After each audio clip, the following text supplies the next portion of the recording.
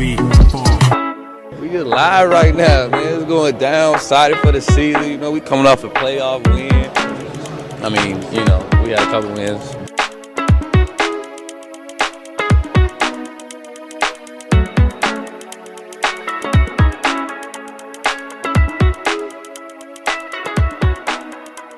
Hello, and welcome to Deer Diaries, a Milwaukee Bucks podcast presented by us, the staff of Brewhoop. My name is Riley Feldman, one of your usual co-hosts, joined for this special midweek edition, post-Celtics game edition of the podcast by a Brewhooper and another special guest. We're going to start with the home team coming down from the Big Boss's chair to join me today. It's Van Fayez. Van, how are you doing this evening? I'm doing pretty well. Beautiful day here in Chicago. We're up around 80 degrees. I got to go for a run by the lake. And I just got out of the shower before this. I'm clean as a whistle to talk hoops with you guys. Perfect. To talk hoop with us, you kind of heard his voice in the background there. He is a special guest. You will hear him primarily through the Bucks Plus program here district. He is one half of a father-son duo, the only father-son duo to have won a national title at the same college in all of American sports, American basketball. Professional overseas, professional basketball career. It's Kris Johnson. Kris, how are you doing this evening? I'm doing great. Thank you guys for having me. I'm excited to chop it up with the legends over here at Brewhoop. We really appreciate it. We appreciate the time. The timing of this is perfect because 4 games does not a season make, but you know, it's a small enough sample size, and to go up against the Celtics, a team that the Bucks will presumably be looking to take down in the playoffs, gives us a little bit of fodder to talk about. Let's just jump right into it here. We'll kind of get into the team, the first 4 games, but primarily the Celtics game. So facts before I turn it over to you guys to start the analysis. Bucks lose 108-119 on the road. Start the game relatively well. They go into the half up 56-53, but have a down third quarter. They end up giving up 37 points. Have a little bit of a late comeback in the fourth quarter, but proved to be too much from the Celtics. I'll turn it over to you, Kris, as the guest, you know, visitor's honor. Overall impressions of the game as you were watching, kind of what was going through your mind? What was your initial takeaway once the final whistle went? Well, it was encouraging, considering the performances that we had just kind of come off of. It was the Nets and the Bulls loss were really deflating for some reason. You know, I was kind of in a down state after those games. I didn't really want to tweet or really talk about anything. I can only muster up a couple of stats that I pulled on Synergy. I really didn't have a lot of commentary because so much was put into this season, and we had a lot of high expectations for the Bucks. And look, 4 games. It's still October. We got to stay measured and stay realistic. Like, Rome wasn't built in a day. These guys are still in the building and figuring each other out process. So the Celtics game for that first half felt great. If you were listening to the broadcast on the FanDuel network, MJ, my dad, said something to the effect of, you know, he wishes they could fast forward this to the last 10 minutes so we can hear him get out of here with a lead, because the Bucks were playing so well. The symmetry was there, the synergy was there. They were connected as a group. The main thing, I was encouraged. I'll just keep it absolutely 100 with you guys. I was really encouraged by that first half. By that performance. And here's the things that were encouraging. You saw Dame really getting after it defensively. And if the Bucks are going to be a championship squad, Dame Lillard is going to have to be a high-level defensive player, whether that means within Dame's limitations or whatever Dame's peak is as a defender, he's going to have to be. He's going to have to be chasing screens. He's going to have to be physical at the point of attack. He's going to have to give those extra efforts that he gave in that first half. I also noticed Dame was attacking the rim with a lot of purpose, going a lot harder than he had in the first 3 games. First 3 games, it felt like he was kind of feeling things out, but against Boston, he really showed that, you know, his ability to still get to the rim, beat guys off the bounce, it's still there, even at his age. I was encouraged by the Bucks overall defensively. Taurean Prince and Gary Trent Jr. specifically just doing a really solid job, as solid a job as you can do on Jason Tatum, Jaylen Brown, and those guys. Obviously, we saw, Peyton Pritchard get hot, but as far as Prince and Gary Trent Jr. were concerned, they showed me a lot as far as their lock-in. And overall, the theme for the Bucks, for me, for that game was just a level of lock-in, focus, and concentration, and understanding that, you know, the room for error, the margin for error against really good teams is really low. The Bucks know the Celtics well. Let's not get it twisted. So this doesn't really, you know, shock me that we were in the game. And unfortunately, there was a run that went down. You know, they were up 75-72. And then, you know, I don't know what happened. I just know we were down 13. But up until that point, I was feeling really good about our chances. And so I was encouraged. A long-winded answer, but the short of it is I was encouraged by the Bucks' performance. Hopefully they can bottle up that same intensity, energy, and focus and continue to build. Van, don't worry about that, Kris. We're at least speaking for myself, like we make our bones with long-winded answers. So okay. you don't have to worry about it. No, I too was encouraged. You know, in the moment, I was, especially like that run you're talking about, I think it was something like 25-7 over the third and fourth quarter break. Yeah, that was deflating. I was feeling discouraged, but I was watching the game with Brian Sampson of Bucks Film Room on Twitter. Yep. And our own Jack Traherne. And I think Brian was kind of, you know, he was sort of talking us back off the edge a little bit, and he was overall encouraged. And then I got to thinking about it. It's like, yeah, you know what, they did take some steps forward last night. I thought maybe baby steps, but and it was a big improvement over the weekend's games. Obviously, I think, as Brian was saying, and as others have said, that effort that they put in last night, probably enough to win against the Bulls and the Nets over the weekend.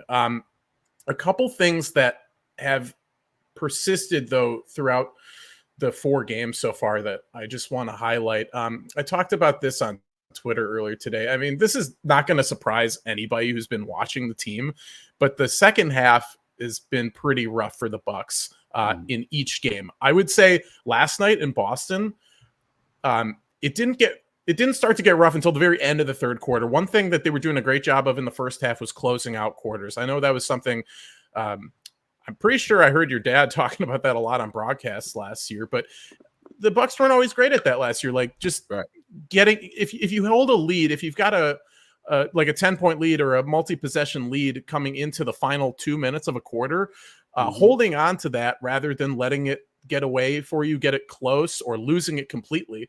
And that's what was happening in the first and second quarters. I think they may have extended their lead in one of those, but it did not happen at the end of the third quarter, right? Like that's where, in those last 2 minutes is where that run started. So I would say like the problems in the second half were a little bit later than we'd seen in the previous 2 games, but still these numbers I think are just, again, they're not going to surprise anybody, but there's a couple ways to look at this. So in the first half, the Bucks, I'm not looking at cleaning the glasses numbers for this because, you know, I think garbage time has actually helped these numbers. 100%. Yeah. Please include. Yeah, exactly. So especially the second half numbers. So in the first half, offensive rating is 108.3. That ranks 12th in the league. And their defensive rating, a 102.9, that's 9th in the league. So a 5.3 net, that's 10th in the league. That's you know, that's great. Like that looks like a quality team, like a high level team, maybe a championship team. Second half though, oh boy. It's a 114.2 offensive rating, which is 16th. So we're talking bang league average. I believe that is league average. In fact, defensive rating 129.9. That's 28th. So the net rating of negative 15.7 is 29th in the league. I do want to say, you know who is last in defense and in net rating in the second half so far this year? Take a guess. I'm going to guess not the Boston. I'm going to say not the Boston Celtics. So no. Is it a surprising answer? The Lakers. No, it's not really surprising. It's just a timely answer. It's the Memphis Grizzlies, who the Bucks will be seeing. Oh, that's good. in a couple nights. So there was some people had responded to that tweet on like joking about it's like this is going to be the first game that, you know, ends at halftime in NBA history. So and I'll break it down by quarters too, because it's not as bad. It doesn't look as bad sometimes. Like in the third quarter, offensive rating 129.4. That's the third best in the league. But defensive rating, boy, 142.2. So negative 12.7 net. That's the worst in the league. Negative 12.7 net. That's 22nd in the league. Offensive rating in the fourth quarter, though, it tanks 99. Just 99, only better than the Pistons right now. And the defensive rating does improve a little bit, 117.6. That's, right in the middle of 17th. So negative 18.6 net. That is 26th. So I know I just threw a lot of numbers at you guys, but like this just makes a lot of sense, right? Like the offense has ground to a halt late in the games. The defense has really struggled out of half. I mean, I know Kyle is going to have something for us tomorrow on Brewhoop about this, but that's a trend I just saw only last night. Maybe, like I was saying, they maybe pushed that fall off back a little bit to the end of the third quarter rather than having that energy out of half, because they did have a lead pretty deep into the third quarter last night. Yeah, I agree. Go for it, Kris. Go for it. Well, no, I was just going to say, it makes you think about just the man, I hate to say it, but these guys, a veteran team, I don't know about why are they running out of gas, I guess is my question. Why can't they sustain the effort? I mean, you guys can I ask a question? Is it realistic to expect NBA players to be really tired after 4 games? Can we say they're just really tired, or is that a little bit of a lame excuse to be using 4 games then? The Bucks would tell you they don't make excuses, so it's one of those things where, sure, it's the second leg of a back-to-back, etc. We got all the parameters, but, you still got to find a way to get a win. And I think that's going to define this squad. I mean, when you listen to Brook Lopez talk about, I think Eric Name asked him a question about small lineups and, kind of, loading it up a little bit for Brook. And Brook's just like, hey, we got to find a way. We got to find a way to figure it out. And that's, to me, is the theme with this crew. Look, these guys, and they echo these sentiments when you're listening to their press conferences and the post-game pressers, and you listen to the players talk and everybody's kind of talking. And I get the sense that, this defensive scheme that Greg Buckner has implemented this season, it's new. It's something that they haven't all just latched onto and figured out right away. The connectivity isn't there. They're still learning each other's tendencies. And then offensively, we still, the connection between GA and Dame Lillard, it just needs to be fortified. There needs to be a stronger connection there. And I'm not just talking about, hey, run a bunch of pick and rolls and, hey, let's, run a bunch of 2-man game. It's just in general. It's just the sense that you get when you watch the Bucks. It doesn't seem like it seems like those two have a lot of growth to do as far as their connection, especially on the offensive end.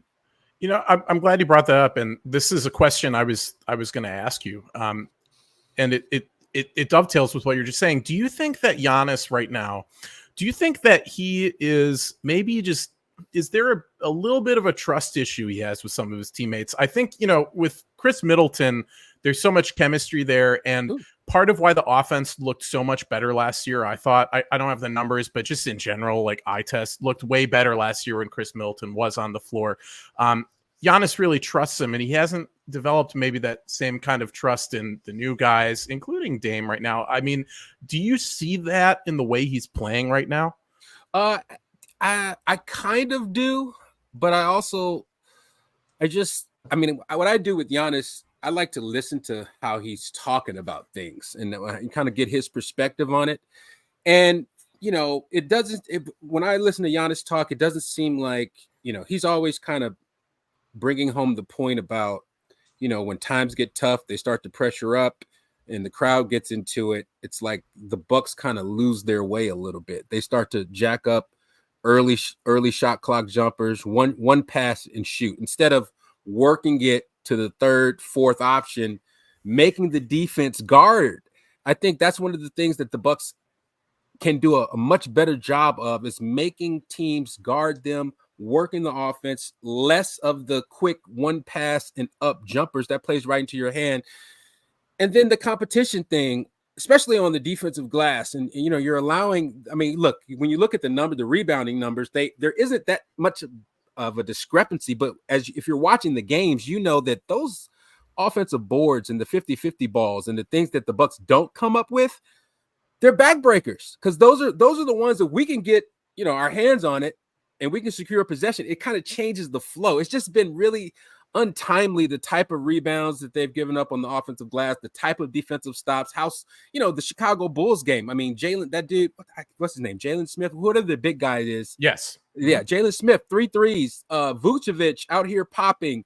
All their bigs were like, you guys are Brooks going to protect the rim. Okay.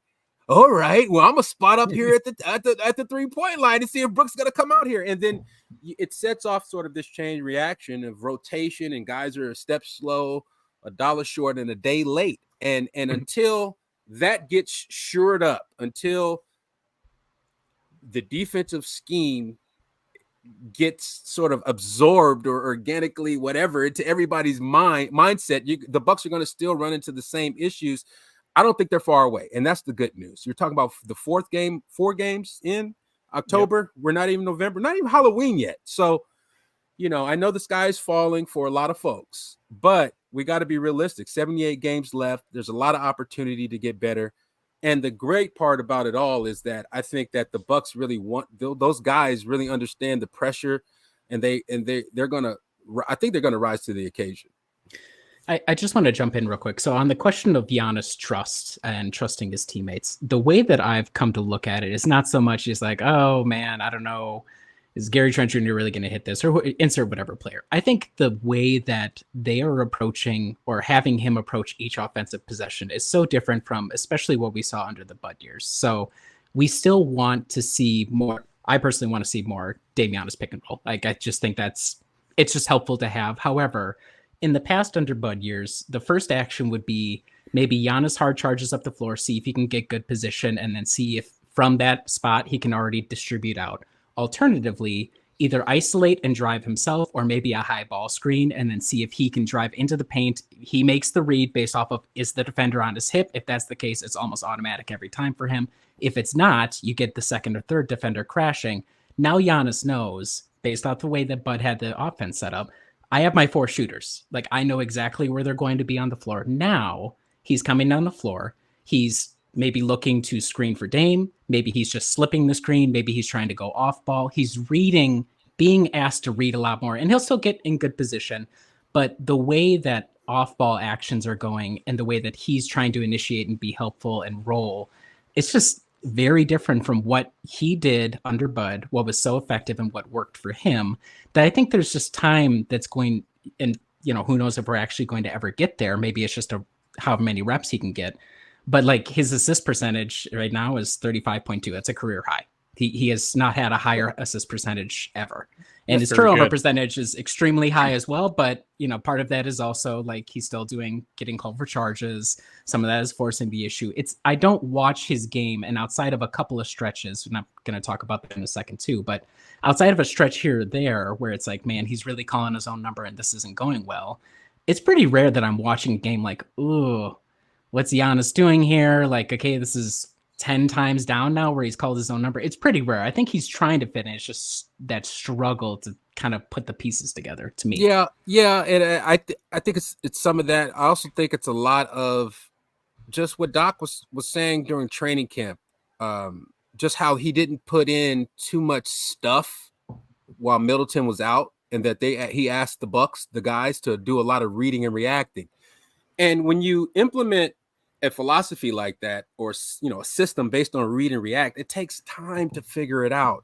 I do think that Giannis is on the ball a whole lot. Like, this thing with him when I say this thing I'm talking about who's bringing the ball up, right? So it's like, he brings the ball up a lot. I'm not sure what his usage is. I'm not sure how much he's bringing it up a game, but I'm always seeing him bringing up the ball. And a lot of time, and with my thought process, when I see it, sometimes I'm like, sometimes I feel like he can like kick it to Dame, sprint, might have something, on a back door or something on a quick post, or even get it back on a give and go to allow him to get downhill. A lot of times when we see Giannis, who had that 35% assist percentage, I feel like a lot of times he's passing as an afterthought. And I guess that goes back to your trust comment is like, it looks like an afterthought at times. Oh, wow, 4 guys on me. Now I'll try to find someone. When we saw the end of quarter. Totally. We saw the end of quarter possessions against the Celtics. If you remember, like when Giannis had 2 end of quarter possessions, the Bucks got absolutely nothing. Giannis kind of passed the DeLon run time. A day late. I was going to run. Here's what it is. So this part of it too is the team in a microcosm let the Celtics off the hook a little bit. 54-50 with 2:30 left in the game in the first half, right? So the Celtics get 3 more points off of free throws, but otherwise it's just Jaylen Brown and Jason Tatum misses. Giannis Antetokounmpo 3-point jumper miss. Giannis Antetokounmpo 3-point jumper miss. Giannis passes to Andre Jackson Jr. for a 3-pointer miss. Giannis misses a layup. And then you go 56-53. You have 4 possessions right there that turn up completely empty. And so from what could have been 8, 9, 10-point lead into the second half, the third quarter was bad enough that maybe it wouldn't have mattered. But small microcosm moments like that are what kind of add up. And that kind of feeds into what you're saying, where it's sort of Giannis is, okay, I'm going to call my number. Okay, I guess in this case, I'll just go to Andre Jackson Jr. because he's so wide open on the wing that we're just going to see if that works. Well, what's up with Dame time? Like, what's up with Dame? What's up with Dame time at the end of quarters? I mean, that should be his time. That is a thing. I'm not knocking Giannis. I love Giannis. I love his ability. But at end of quarters, I feel like that's a perfect opportunity to get Dame the basketball. I don't know. Like, I feel like these are the things that need to be ironed out in order for the Bucks to be a championships type of squad. These are the team dynamic things, who's going to get the shot at the end of the quarter. How do we look when we're up, we're up 3 trying to extend the lead. And then we got 5 straight possessions and Dame or we're not moving the ball. And it's like ISO ball and Giannis is taking 2 threes out of those instead of, getting downhill, potentially getting fouled or creating something. When he catches the ball, when he catches the ball in the middle of the floor, Brooks spotted in the corner. That is viable offense. Guys, Taurean Prince is cutting. That's something like I feel like they didn't go to enough. They got to beat that like a dead horse. You know what I mean? And I think the Bucks, that's been some part of the offensive issues. I think they go away from things instead of like Dame was talking about, the good teams, no matter what you do to them, no matter how you play them, they're going to run their stuff. They're going to go to their bread and butter. I feel like the Bucks could do a better job of sticking with their bread and butter. Yeah, and what you had said earlier about, the first or second options, not checking down all the way. I want to say, like, in the Philly game, we did see a little bit more of that, like, because we saw a lot more of progressing through these possessions, like, not okay. The first action isn't there. Move on. The second action's not there, but they were still moving the ball. There was still a lot of off ball movement in that game, and there was stuff that Philly was giving them too. But I think sometimes, I don't know if you'd agree, but like Giannis specifically and the team, like you have to take what the defense gives you, but and like in Philly, I thought the defense was giving them a lot of opportunities, like. Think of all those backdoor cuts that we saw. But then when you have a better defense like Boston, who's going to cut off a lot of those, you have to create those opportunities, right? And you have to keep running through like your kind of checklist on each position or each possession. And I don't know. Like, do you think that people, okay, how about Giannis specifically, or just anyone too on the team? I'm wondering if there's a bit of like, the quarterback checks down like his receivers. The first guy's covered. Okay, let's check on my other receiver. Let's check on my tight end. Maybe something like that. Is that happening a bit with Giannis? Maybe. Do you think he's just like, oh, I'm not seeing anything that will work. I'm going to take care of it myself. Well, yes, it's trust. It's a lack of trust in his guys. There's no. And MJ brings this up on the broadcast all the time. Middleton, you can pencil in third scorer, 15 to 19 points a game. There's nothing like that to be able to have that type of guy that you can go to. Now, as a basketball player, when you're looking at Taurean Prince and Gary Trent Jr., who are fantastic basketball players, but they're not Chris Middleton, and they don't have that skill set. So now Giannis thinking, but see, my thing is with Giannis, instead of taking it upon yourself, you got to go with your road dog. You got to go with your other top 75 guy, your other all NBA dude, and you got to make things work with that dude. Like if you're not going to trust, Torian or GTJ or Brooke or Bobby or whoever is in the game. When you and Dame are in the game, it's got to be y'all.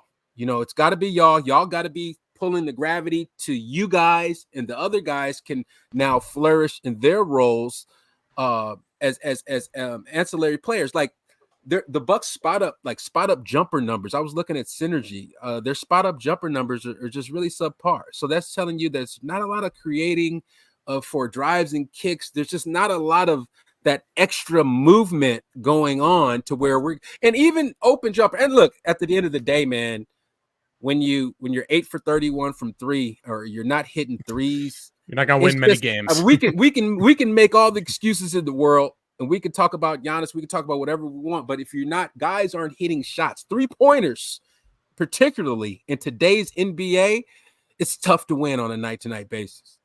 And last night it was like there was just nowhere near enough. There were nowhere near enough 3-pointers being taken. I mean, Boston came into that game averaging over 50 3-point attempts per game. And they were shooting 44% on those. For the Bucks to only take 31. I mean, I know Doc's teams over the years have never been like super high volume 3-point shooting teams, but against the Boston Celtics, you have to create more than that. You have to be putting those shots up. I just feel like look, it seems like everybody in the NBA is trying to shoot 43s a game.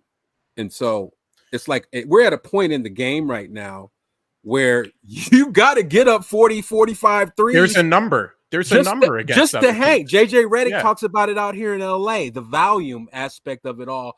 We just got, because what it does is it spreads you out defensively to where you got to run dudes, you got to close out, you got to run dudes off the line. So you're going to get tired defensively trying to cover all these threes. And so when you're not doing that, and now you're getting stagnant sort of restful possessions, so like post-ups and isos, those are possessions guys can rest. You can chill defensively, not chill, but you just get more rest. And if we're coming down in transition and swing on the perimeter and driving and kicking, I mean, you got to play guard and then close out. I mean, I think it's too much of that happening.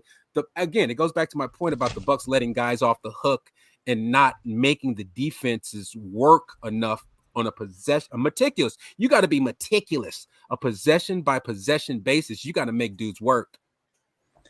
So the thing that when I was looking at the numbers and kind of thinking back to last season, I get a lot of similar-ish vibes to the early games under Griffin as well, in which Dame and Giannis were effective because they were brute forcing it. Their free throw attempt rate was through the roof. I just looked up the numbers. Both of them both guys have the highest free throw rate they've ever had in their careers. Giannis is at 0.69. Dame is at 0.574. They are pushing it to the rim, like you were saying, Kris. Dame, I think that's one of the big differences I've seen last season to this season is his ability to drive to the rim, either pass out or finish. I think that's excellent. He's forcing to get to the line or even on the perimeter as well. So they're manufacturing points the hard way. And it is a hard way when it just says, I'm going to have to do this and I'm going to have to earn contact and get to the line. To go back to the 3-point discussion you guys talk about. So those guys are doing it inside for the most part, or Dame from the outside. As a team, the Bucks are shooting only 35.3 threes a game. That's 17th of the league. They're only making a third of them. That's 22nd. Their opponents are getting up about 43 threes a game. That's bottom 5 in the league. And they're making about 37%. That's also borderline bottom third. So what you're seeing, and this bears out if you just look at all the numbers, the offensive rating is not as good as it could be. Like, it's slightly above average because you have these talented players, but they're making it harder than it needs to be. And the defense is suffering for a lot of different reasons. And they've run into a couple of teams with spacing bigs, which presents its own issues. Sure. But that's all you have to look at is those core ingredients. Like, okay, there's pieces here, but the math's just not adding up for this. And you're doing it like really difficult for these guys to make it happen too. Yeah, I mean, it's about just figuring this stuff out. How are the Bucks going to get more threes? I mean, you have to. It's on Doc, right? It's on Doc. Doc's going to have to figure out how we're going to get more threes up. Probably going to mean less of something for someone. I think the Bobby post ups are probably going to be less of the ice. Can I just jump in on Bobby real quick? Sure. So I looked up his 3-point. He's got his notepad. I do have my notepad. I don't want to go. We can go into Bobby a little bit more. He loves notebooks and pens. That's something you should know about Riley. Okay. I did. Long-time listeners know. Let's say this, right? So Bobby, I would think all of us would tend to agree. He was at his very best under Bud when he was taking a healthy number of threes, right? Like you have your mid ranges, of course. That's where that's his bread and butter. However, this is his 3-point attempt rates from the 2021-2022 season over season as we go along. 38%, about 39% for 2021-2022. Pretty good. That was actually as high as a Buck. Then it went down to 32%, down to 26% last year, down to 23% this year. Let's just, Bobby, let's back up a little bit. And you can even just eye test it, watch it. How often years ago would you be like, oh, here comes the Bobby 3 at the top of the key, like he's going to pay off this move? And that was just such a consistent portion of what the Bucks offense was. And it just isn't. He's literally less than a fourth of his shots are from outside. And it's actually surprising that it's that high. I can't actually believe it's at 23%, to be honest. Yeah, I only remember taking, like, if you asked me how many threes has he taken this year, like, and I had to think back, like, well, how many have I seen him take in a game? Like, I would probably be like, I don't know, 5. Like, he's just not doing it as much. Like, you can't really remember any of those looks. But I interrupted, Chris. So about Bobby. So, like, when you're thinking of guys, where are you going to be manufacturing threes? Well, there's one guy. Like that, there's a very obvious guy in terms of just court positioning and talking to him. Hey, we need you from 3, for example. Like, are there other guys, or like, what are you thinking in terms of generating more threes? Any other thoughts on that perspective or on that strategy? For me, I mean, I think corner threes for Brook, if that's a possibility. The Bucks have ran a certain set when they put Giannis in the middle of the floor. They space Book out to a corner, and then you got to pick your poison as the helper. I think that works. I'm not, I don't know, but I just feel like at some point, guys are just going to have to knock down shots. I mean, at some point, you're going to have to be, you're going to have to hit shots that you're paid to hit. And that's just the bottom line. Now, whether it be whatever the reasons we aren't hitting shots now and the law of percentages and how that's going to somehow start to get better. I feel like, again, 4 games in, I just feel like these dudes just got to start knocking down shots, because we're talking about totally different existences if we hit a few more threes in every single game, pretty much. I mean, it's like we knock down just a few more threes, a few more looks. I mean, gosh, when I looked at the synergy numbers, the guarded, like they're doing just as bad on guarded threes as they are unguarded. You know what I'm saying? Or it's close. And that number shouldn't be so close. Guarded, hand in your face versus a wide open triple. So guys just got to knock down shots. But defensively, I feel like also one more point about I'm just thinking about the threes thing. The Bucks gotta force dudes to take more contested, tough 2s. I feel like guys are getting really whoever we play, just we're turning them into just marksmen. You know what I mean? John Paxson, Steve Kerr out there. I mean, I'm old. Bobby Hansen, them type of dudes. I remember those guys. Tim Legler. I remember those guys. Just buckets. I mean, just absolute buckets. I mean, everybody we play, I'm just like, dang. I mean, the Bulls game just totally, I was like, God dang, these guys shoot like, it was just an eye opener for me. So I don't know if it's a matter of guys just being up for the Bucks, or is it truly like, a defensive effort thing, a defensive scheme thing that these guys still haven't figured out. I'm glad you brought up the defense, Chris, because you've been, and specifically bringing up Greg Buckner, because you've been around the team, like actually physically around these guys while they were in training camp, like while the sausage is being made, basically, right? Like this, because they're learning this. And I remember before last season, Riley can attest to this.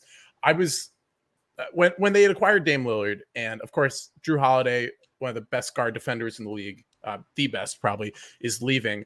I was thinking of Cleveland. I was still thinking, okay, the Bucks probably are still going to be a good defensive team, because like look at what Cleveland can do with a rim protecting big, and then a super athletic, that's Jared Allen for those who don't know, and a very mobile, athletic guy who could be a 5 on some teams at the 4, and Evan Mobley. They have that. Then they don't really have like a strong wing presence on that team. I mean, Okoro, great defender, Karis LeVert, but not a whole lot else. And then you have a pretty undersized backcourt, and not one known for its defense. So I looked at that team, and it gave me some hope before last season, and it ends up bearing out in the numbers. They had the 6th best defense in the league last year, Cleveland, and when they bring in Greg Buckner, you're thinking like, okay, he was specifically brought in because he was the architect of that defense in Cleveland. Yeah. And he's bringing that here, similar type of makeup with the team, albeit a little bit older. I guess like what do the Bucks need to do to look more like those Cleveland teams of the last couple years that he was guiding to? I mean, they were, I think, I don't know when Buckner started in Cleveland, but for the last 3 seasons, I don't know if Cleveland has finished outside the top, 5 or 6 in defensive rating at any point. Yeah, no, what did they got to do? Yeah, Buck had them locked in Cleveland. I don't think they'll ever. I think the Bucks just have to be the best defensive version of themselves. I think the biggest difference between the two bigs, and with Jared Allen and Evan Mobley, is that Brooks 280 pounds. So with Evan Mobley and Jared Allen, you have sort of those skinnier, long-limbed, and Brooks, 7'6" wingspan. Make no mistake, but Brooks like a sturdy human being. Evan Mobley, Allen are skinnier, can move a little bit better as far as like closing out, rotating over, etc. I'm not saying that Brook hasn't been outstanding this year on defense. I mean, averaging 3.3 blocks. He's been pretty solid. So I think that the Bucks just got to figure out how to be the best versions of themselves defensively. They're not gonna, it's gonna be a different look than Cleveland, but they can be just as or more effective than Cleveland because of that veteran presence and experience on the defensive end that these guys, they got to tap into it. Now, Buck's got their ears, he's got their attention. The guys are look, they want to get better. And so every day, every game, every loss, you'll hear these guys talking, and they almost admit, Dame, Giannis, whoever, they almost admit that the defensive scheme is something that we're still trying to figure out. You always hear that. They'll always interject, still trying to figure out this scheme. So as a basketball player, especially on the highest level, if you don't have that, and when I think the identity, Giannis, the finding our identity comments were a little overblown and taken a little bit kind of, whoa, like, what do you mean this guy, you don't have an identity? No, it's an identity with the new scheme. And that's what they're trying to forge. And that's what they're trying to figure out. And it's going to take, I think, a couple more games. But once it locks in and once they figure it out, they have the personnel to really be, a top 5 defensive unit. They just do. When you got Taurean Prince out there, who can be an absolute Tasmanian devil, Gary Trent with his toughness and his physicality, and you got 2 of those dudes. If you're playing those dudes on the wings,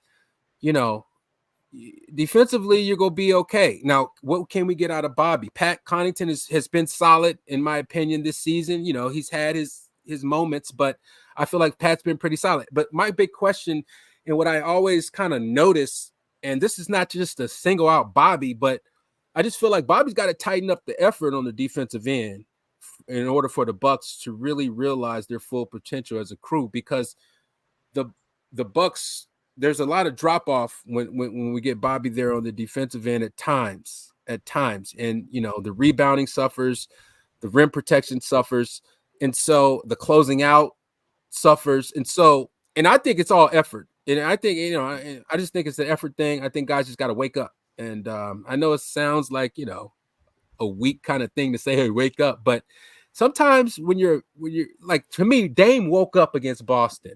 I know he's had solid season, but to me, that was being awakened. Dame Lillard against Boston, checking guys, just fighting through plays, second, third, fourth efforts to get through things. It's going to take, a lot in order to achieve the goals that the Bucks set out to achieve this season. It was the first of the 4 games where there was not a moment where it was like, oh, Dame his guy just like off ball ran right past him. Like Dame didn't even look right in the right direction, didn't try to check him at all. So credit to Dame that, yes, it was the best defensive performance of the season. My question, as far as the scheme goes, right, of what they're trying to do. So I think quite obviously they're doing zone drop. We're back to that. Brook was excellent in the Philly game in particular. I think he's done a really good job through all 4 games so far of doing that role again. But in terms of other components of the scheme, what I hear Marques say a lot is that they're trying to hunt passing lanes. I think so far, you can watch, so you can see it on the court. You can see that they're positioning for it. I'm not sure if they're just trying to figure out how far to hedge out to try and shut down those passing lanes, because there'll be moments where the weak side guy like Pat Connaughton, he'll kind of be waiting, but he's like behind the screener. So it's like, how realistic is a pass could be coming from there? And then his guy just cuts to the basket.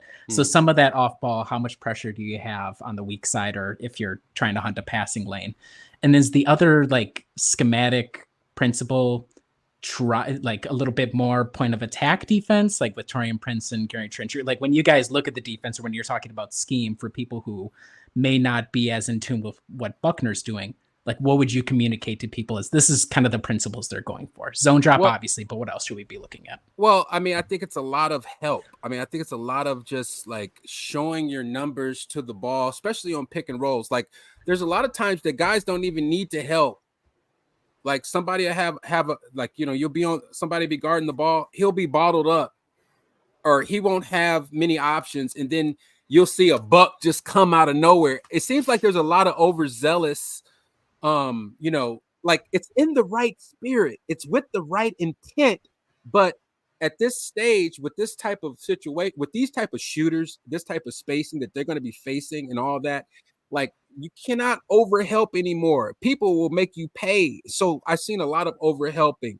I think that's something they need to tighten up. And I also see, and I still see Giannis closing out to the corners. I still see Giannis having to make long 1, 2, 3-step runs from the middle of the paint that only he can make at that size. So like I feel like we get a little spoiled with Giannis on the defensive end, because he's able to like do things as far as like closing out the perimeter that normal people can't do. But we don't necessarily, we want the guards should be the ones that were shoring up the perimeter. And I think that's sort of what the overall schematic philosophy is. Let's keep our bigs protecting the rim, and our guards have to, you know, kind of cover their butts on the perimeter. So we got the overhelp thing, we got the obviously the Brook thing, but then the point of attack defense and the physicality, the ball pressure. So, you know, when the Bucks they pressured up on the Celtics, they pressured up, and when they don't pressure up, they look like a completely different team defensively. And I think that's going to continue to evolve. Trust goes both ways, offensive and defensively. And so I feel like, you know, they aren't that far away. And there's just got to be a level of patience with this team. Losses are, you know, losses and bad performances suck. But, you know, we got to take silver linings out of this stuff. And so I feel like the Bucks are going to continue to get better at that, especially on the defensive end. It's the only way is up. You know, they can only get better. Trent will have like a great moment. He'll get his guy baseline under the hoop, and they'll be like, "What the hell is Bobby doing here?" He'll like turn over his shoulder, like, "Whoa, hold on." I'm just saying. Like, I know you guys see that. It's like, wait a minute, what the hell? Yeah. I think, and if I, you know, especially the first couple of games, it feels like too, because we're missing Kris, and there's a lot of questions that we're not even going to have time to really get into here, of like fitting Kris in, how much does he solve, how does that kind of adjust as you go from there. But I think there's also this balance, because you have Taurean Prince and you have Gary Trent Jr., and they're both in the starting lineup right now. You're running a lot of minutes, figuring out when do you move one guy onto one assignment versus when you switch. Like in the Bulls game, I was waiting. I was like, when are we going to pull Taurean off of Giddey? Like, when are we going to throw, because he was doing a lot of ball handling, driving, and then kicking out, and like you were saying, that was killing the Bucks.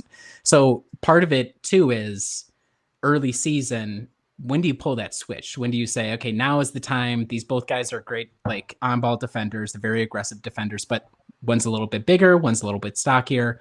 Like, at what point do you have to make that switch? Which is also kind of like just tough to do in the moment, but something to also keep in mind as they work it out throughout the season. Yeah, I mean, you know, I don't really know. I'm gonna be honest with you. I don't have an answer on that, because me neither. If we did, we'd be making a lot of money. Because it's a unique situation as far as like the philosophy of Coach Buckner. And so like, unless we have that, because like what I've read and from what I've gathered is like they don't really like that switching going on too much. But obviously personnel, and when there's somebody that's killing you on something, then figure out who's going to be the one to stop it. That's on Doc, that's on the defensive coordinator, or who's ever making that call. You know what I mean? But I think that needs to be identified earlier. Things like, like the Cam Thomas thing, just letting him get going. I felt like, the Bucks could have did put who was on him first? I forgot. I want to say Prince on him. I want to say Trent spent a bunch of time on him, but yeah, he started. But again, it's just recognizing. Maybe I'm thinking of Kobe White.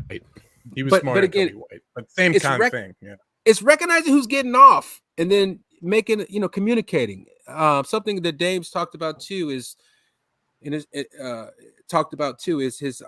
is the type of communication. So it's not just enough to communicate, because as we know, there could be, hey, how you doing? Or just that surface level stuff, especially on the NBA floor where guys aren't really getting too deep. Now, when you have communication that is filled with accountability, that is done in the vein of accountability, that's when you could start to see growth on both ends. And I think that the Bucks need to get that ironed out. Those guys got to talk more.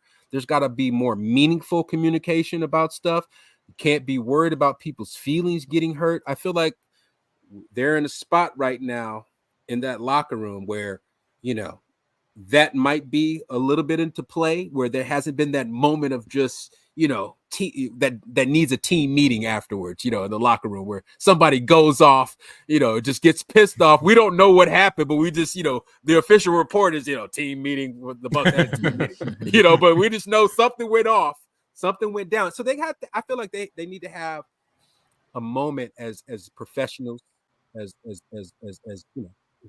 NBA players, to where they kind of talk to each other on that level where there's no holds barred and there's a lot of accountability, and you just get it off your chest, because everybody's kind of talking around it and alluding to the facts, and but I want them to really just get on the same page, because that's what's going to take, man, if they want to win a title.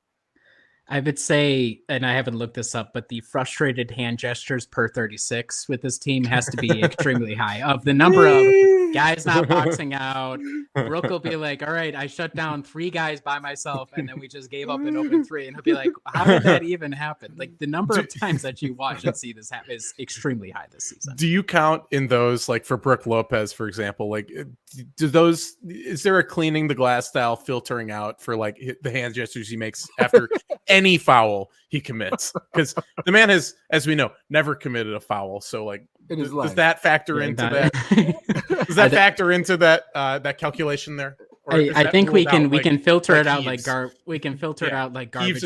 time. Even if you did take those out, it would still be franchise highs. What we're saying. Yeah. We're seeing franchise highs. Yeah. And you can as we're all fans watching it, we can get a sense of the pulse on those moments, when Brooks, doing X, Y, and Z and gets a little frustrated at a quick 3, or Dame does X, Y, and Z, and then something happens, and you can kind of see right now early in the season, there's still that there's some body language tightening up that needs to be done, is how I'll put that.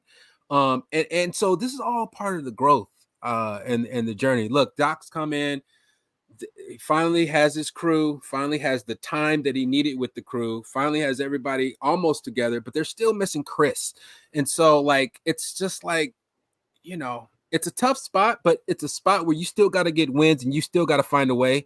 But I do understand why there's certain frustrations going on the floor offensively, especially offensively. When your third guy's out, I mean, we talk as, and look, we're not making excuses, but we talk like, Chris Middleton is chopped liver. Well, not we, but they, there's just, you talk about the Bucks. People talk about the Bucks. People talk about the Bucks not having Kris as if this is like the best version of ourselves, or like this is just what it's going to be. This is the team that everybody's not even factoring this guy in. This guy's had 40 plus in the finals, killed Indiana last year. I mean, this guy, when he gets going, he's a high level performer, especially at 6'8". So I'm staying measured in just my doomsday scenario with the Bucks, because I'm just keeping my eye on the big picture, on the prize. And the big picture is, look, but again, figuring out how to win without Kris, bench guys stepping up, developing that chemistry, that confidence, and that trust in the bench. Also, this is a great time to do that. And so I feel like, it's just a work in progress. Like DeLon Wright has not played well so far. I mean, his turnover hasn't really done a lot. Not like getting many. I think he hasn't played a shot a game. Whole lot. His turnover percentage, but when he does come in, he was the first sub, I believe. What game? 2 games ago. In one of the games, it may have been last night because there was early foul trouble for Dame. I think it was last night. And this isn't a knock on him, but like if DeLon's playing more solid, more just with more energy, better, making smarter plays, like he's had some turnover. His turnover rate, if you look it up, it's pretty high. I think it's at 20. That's not like him. And that's not like that's not like DeLon. And so once that kind of, there's a lot of factors that aren't going in the Bucks' way right now that kind of contribute to all this. You need all hands on deck. And so, until we get all hands on deck, I think that, we got to just, kind of pick them apart, but do it from a place of love. And a place of just, we want things to be better, because I see some of the stuff, guys, people asking for guys to be traded and this and that. I'm just like, holy crap. I'm like, dang, 4 games in. I'll say this about the Bucks fan base, man. You guys do not play about these dudes like these. You're telling me, man. Man, it's crazy. It's crazy to stand up for all the crazies out there. Admittedly, with this team, with the expectations, to say that the end of this week that we would be thrilled if we were 2-4 is a little annoying. So yes, people go over the top, but however, the fact that I'm going to say, man, 2-4. Hell yeah, we're on the right track. Is admittedly a little annoying, right? I mean, come on, we can be honest about that. I get it. No, it's definitely annoying. Look, I'm in LA and we got the Lakers out here. So guess what? You know a thing or two. Dodgers, the Rams, but it's just USC. Yeah, we got and UCLA. Okay, yeah. Don't leave. Okay, maybe not in football though. We got to win. All right. Well, here, so I think that's a good point here to put a pin in it. Any final thoughts on the Celtics game before we move on to our next exercise here?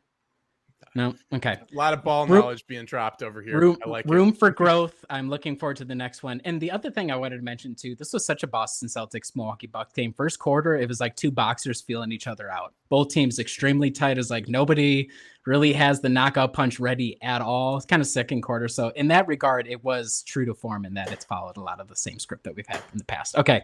Next exercise we're going to go on here.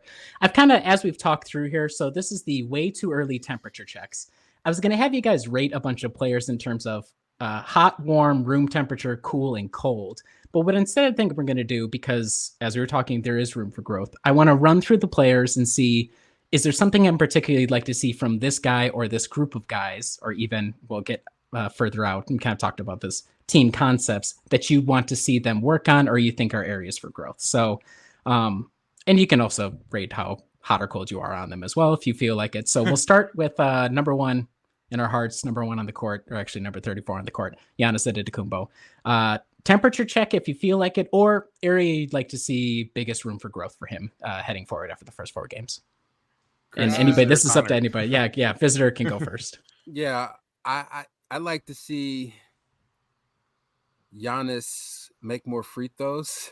How have we not brought that up yet? But other than that, I think dominating the glass, not just keeping these dudes off the offense, when they're the offensive glass. Yeah, not giving up. So Giannis can affect that. Giannis can, be a presence. He's one of those unstoppable forces that could just totally, dominate. And so that needs to be shored up because a lot of those rebounds, man, a lot of those offensive boards are just killers from a momentum perspective and deflating. And also for Giannis too, just, I like the assists. I love the passing, but I just really, I think he should stay aggressive is what I'd like to say. 11 shots. Was it against the Nets? 11 shots against the Nets. Like he should never be shooting no 11 shots in an NBA game. So like for that to even happen is just like, huh? So like just stay aggressive. We need Giannis, doing what he does. Giannis being Giannis is best for the Bucks, and that's aggressive offensively attacking. And I just think, just having even a moment or a game like that where, we drop a game that we should not have dropped and Giannis gets 11 shots, it's just nonsensical to me, in my opinion. So that's my 2 cents. Yeah, I'm kind of lukewarm on Giannis. I would say maybe more towards the cool end of lukewarm, whatever that is. For me, it's really about, I mean, I totally agree with what Kris is saying. Like everything is spot on. I would like to see just a higher degree of defensive engagement from him. Maybe just, we haven't seen too many blocks from him. We haven't seen him, be a menace in transition as a defender really yet. And just, I mean, there's been a lot of half court stuff too. He's not looking like an all NBA defender right now. And I don't think that has anything to do with, and he hasn't been all NBA defender for a couple of years now. I think it was unfair that maybe he's been overlooked in that. But right now, I just think he needs to, go back to what was making him that caliber of defender. We're just not seeing that so far this year. I would say I'm more on Giannis because I'm a believer until I die. So no matter what happens, he can be as shot averse as possible, and I will always support him. However, room for growth. Agree with both of you guys. I think that's those are kind of the main 2 themes. Aggressiveness on the offensive end. You can still see that he recognizes the moment when he has the defender in a bad spot and goes for it. He plays still with bravery, like, okay, Al Horford blocked me once. Well, I'm going to go right back at Al, and this time I'm going to get him, and I'm going to get him a couple more times just for good measure. I've always prayed for Giannis to make somebody actually earn a charge. I do not like when he kind of knows when he's going into. He's like, oh no, this guy's fallen. I mean, you could probably Torrey Craig a guy every once in a while just to let him know, hey, if you're gonna go for a charge, you're actually gonna have to earn this. So Torrey Craig a guy. I'd love to see that. The other thing, this is a lot of things I'd like to see from Giannis. Let's set a pick. Let's stand it and not set a hard one. Let's set a hard one. Let's, I mean, if Peyton Pritchard's coming around the corner, I mean, it's, you can get a foul if you want, but let's just enforce, every once in a while. That's not his style really, but let's see that. And then yes, the defensive engagement. The whole idea behind Bobby Giannis lineups is like, for all Bobby's weaknesses on defense, Giannis will be out there to help provide some cover.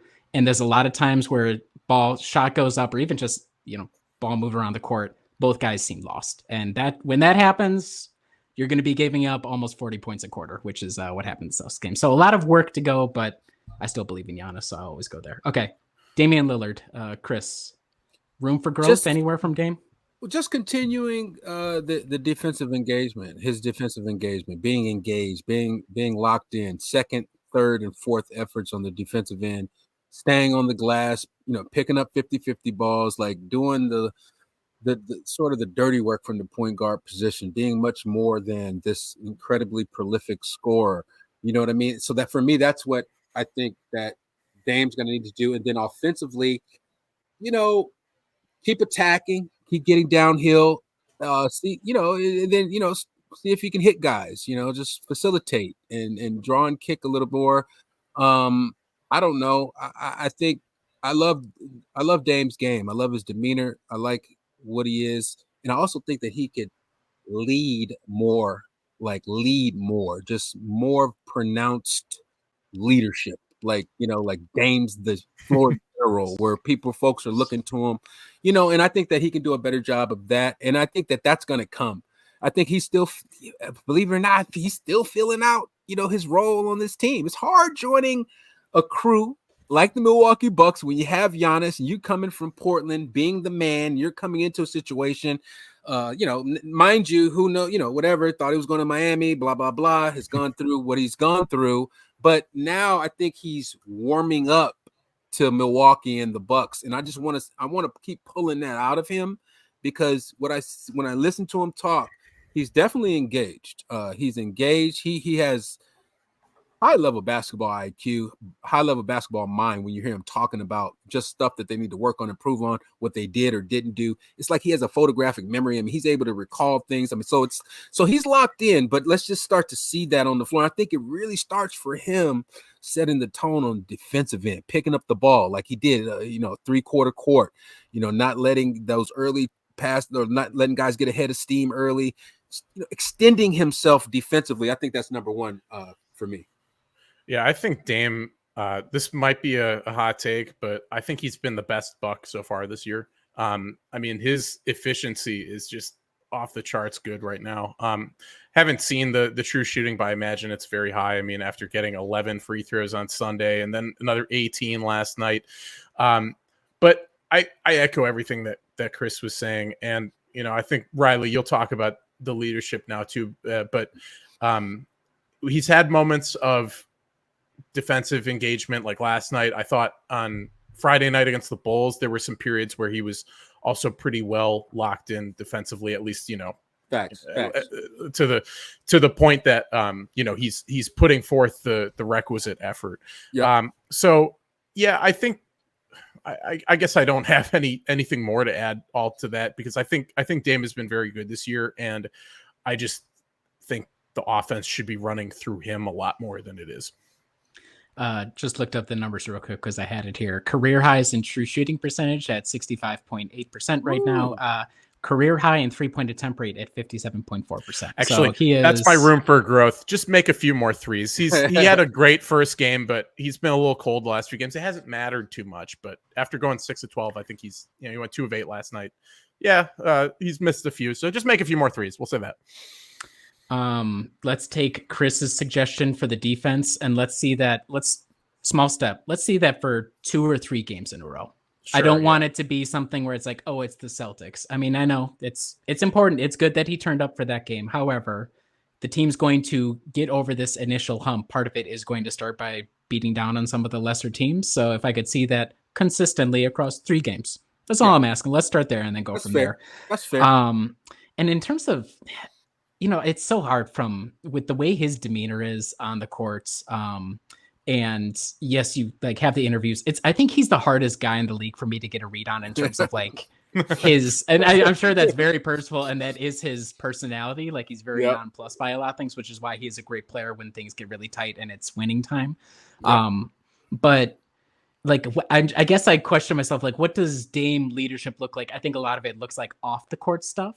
But even the small plays, I remember one of the first things I said in the Sixers game is he's making so many little plays happen for other guys in this game right now. Part of it being his 3-point shooting, but being the connector guy, even when he doesn't have the ball in his hands the entire time. I think that was very obvious in the Sixers using game. That gravity. Yeah. Yes. Yeah. So little stuff like that. And I completely believe in it. I would say I'm hot on Dame. This has been a great start for him relative to last season. So yes, the 3-point percentage could go up, but all things considered, I'm very happy with his season so far.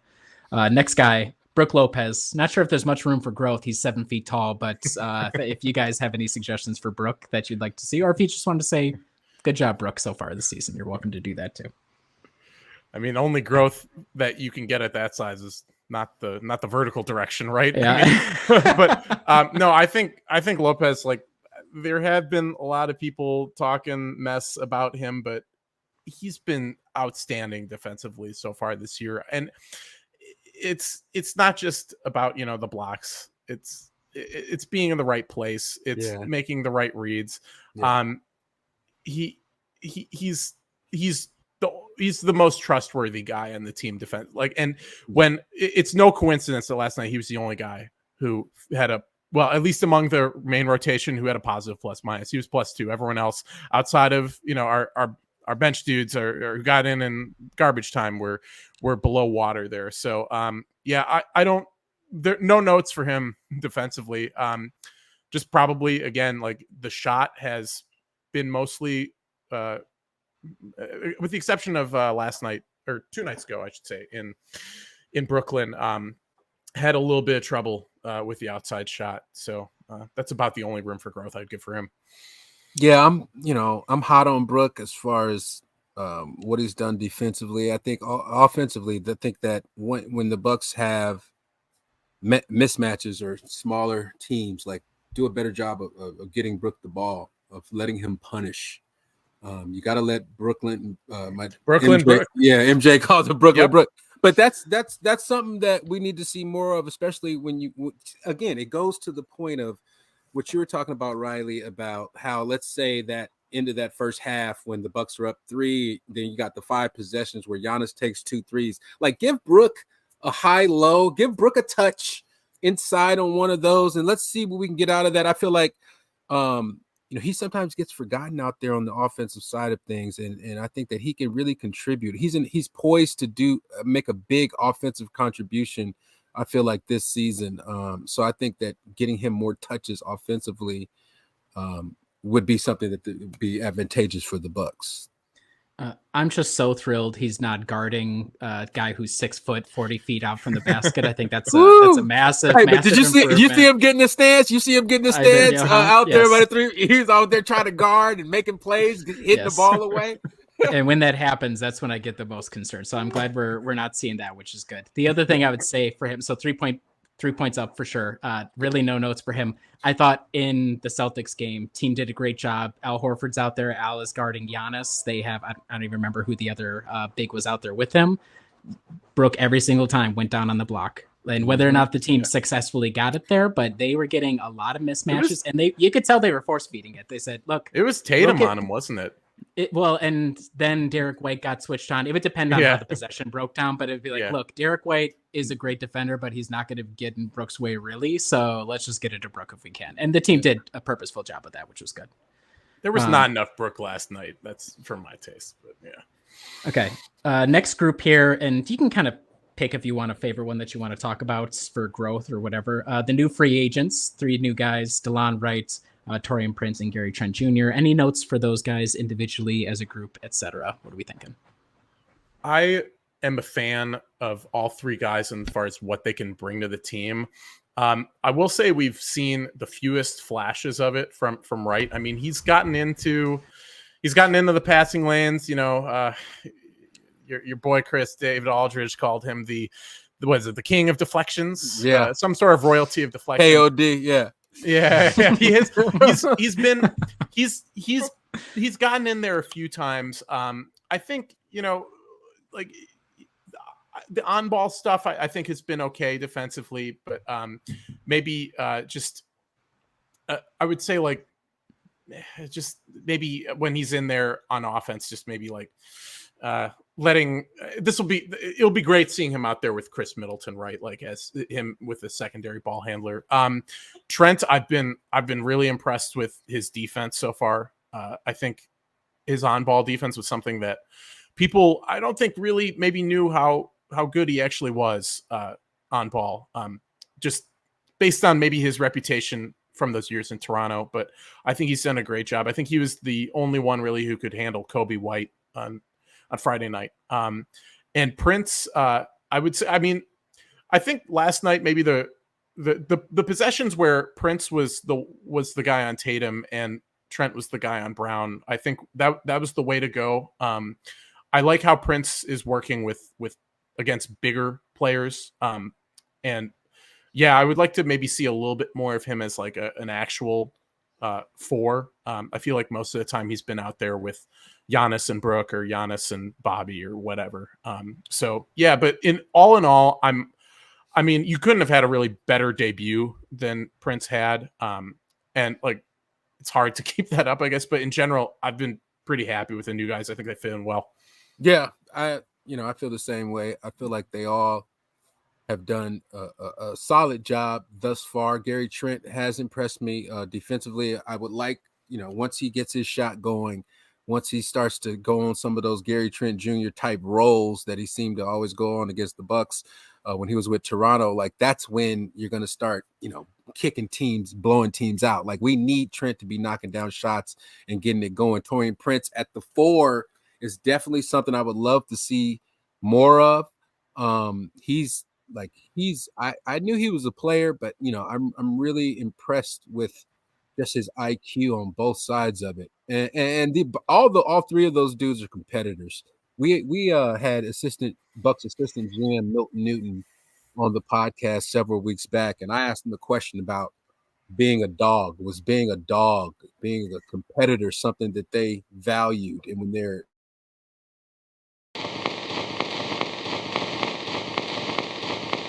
well, yeah, no, I was saying that I think that the competitive nature, the skill set that these guys bring is a level of turn up on both on the defensive end, especially, that they're doing a good job of now. But I think that there's still a ton of room for growth. But I'm very happy with the 3 free agent acquisitions for the Bucks. They've been solid this year. Aside from, one thing that they can improve, just hitting more shots, like knocking down more open shots. I think that's the only thing that I would say that they need to improve on. Just to add one thing, like you were saying about Trent, and how he would, get really hot against the Bucks over these last few years. I think just they need to run a bit more offense for him in general. Like, he's a versatile player. He can shoot. He's definitely a good mid-range shooter and a good 3-point shooter. It's like, I'm not going to call him like totally a 3-level guy, but I think that especially with the second unit, I'd like to see him as a lot more of a scorer, like instead of kind of a tertiary guy. I feel like they're kind of using him a little bit too much like Malik Beasley right now, and that's just underselling what Gary Trent can bring to the team. All right, my 3 things for these guys, and some of these are things that they cannot control. So DeLon Wright, note number 1, do something on offense.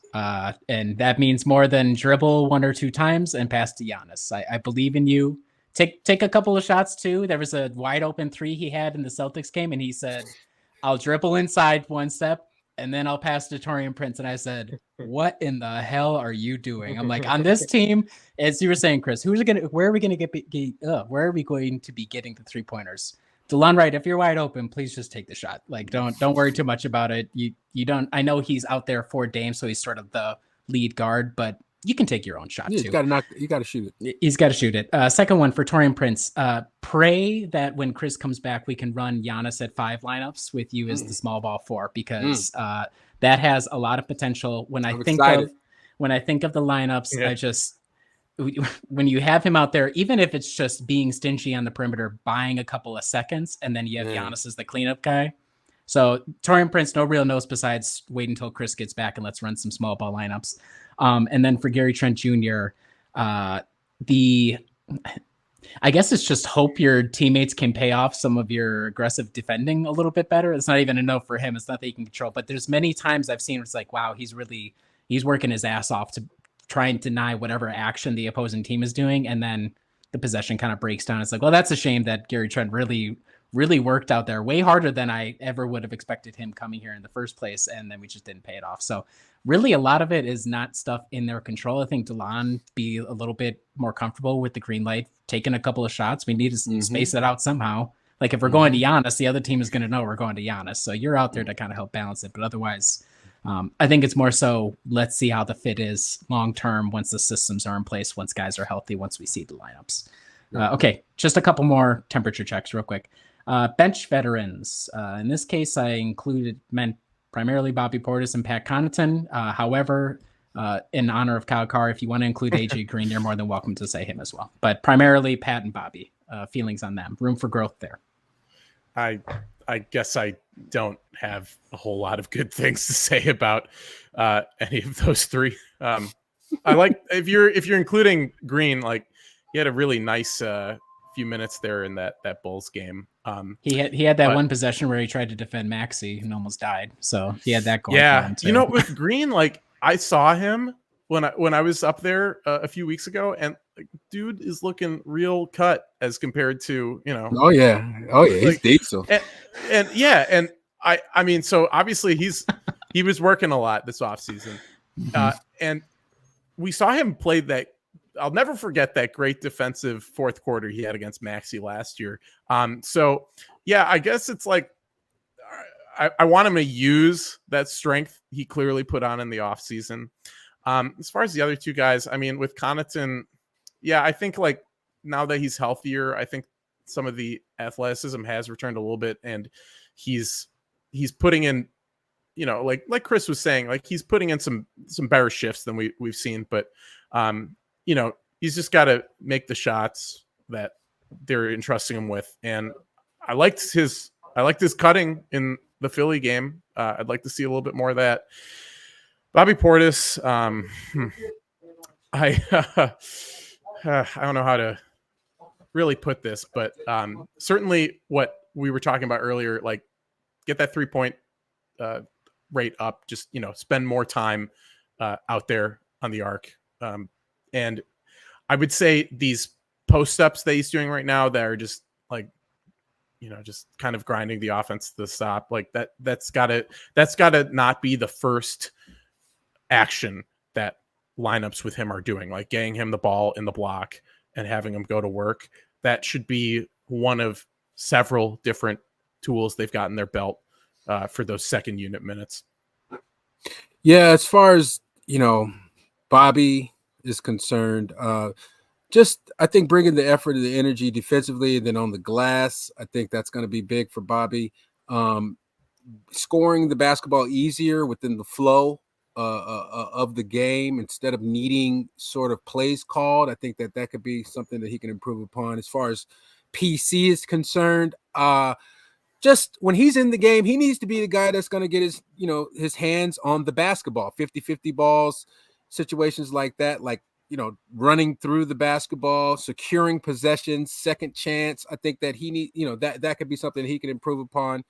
And then as far as AJ, just still continue to play confident. I mean, continue to build on last season and just what everybody sort of kind of sees in him. Like I still think he sometimes vacillates between being confident and not believing in himself, and just the way he shoots it sometimes is almost like, he doesn't really want it. I just feel like if he can play a more confident and aggressive style defensively and offensively, that we can really get something, some value out of him in his position. For Bobby, this is year 5 of me begging for him to use both hands to grab rebounds. I've spent literally 1/6 of my life begging Bobby Portis to use both hands to secure rebounds every time you go for it. I know it's very fun. And he's gotten away from volleyball punching it out to like somebody on the perimeter, which is good, I guess. But, I just want to see. Oh my goodness. So, I got that.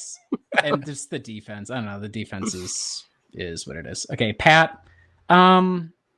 Let's drive every once in a while. I'm not saying all the time, but Pat's like outside of, I think Ajax is the craziest, like make something out of nothing guy on the roster. But Pat's like the most reliable, make something out of nothing. He'll drive and it'll be like, he'll just see whatever the lane is, the most inconspicuous lane for him to pass the ball and make something happen. I feel like there are times where it's not that he's static, but he's his most valuable spacing on the floor. But I like the Pat of old to be like drive, kick something out. Okay, this is a lot of offense stuff. It's like Pat could be part of that. I'm not saying it has to be every single time, but mix it in. Why not? You're out there. You're looking pretty good. So why not throw that in there? Yeah, go dunk on somebody. Go dunk on somebody. Yes. Okay, PC, come on, baby. Yeah, shoot. He did once. I know. That's what I'm let's saying. See two. More. Kris wants to see two. He has that. PC has that. AJ Green. Dunk. Yeah, AJ Green.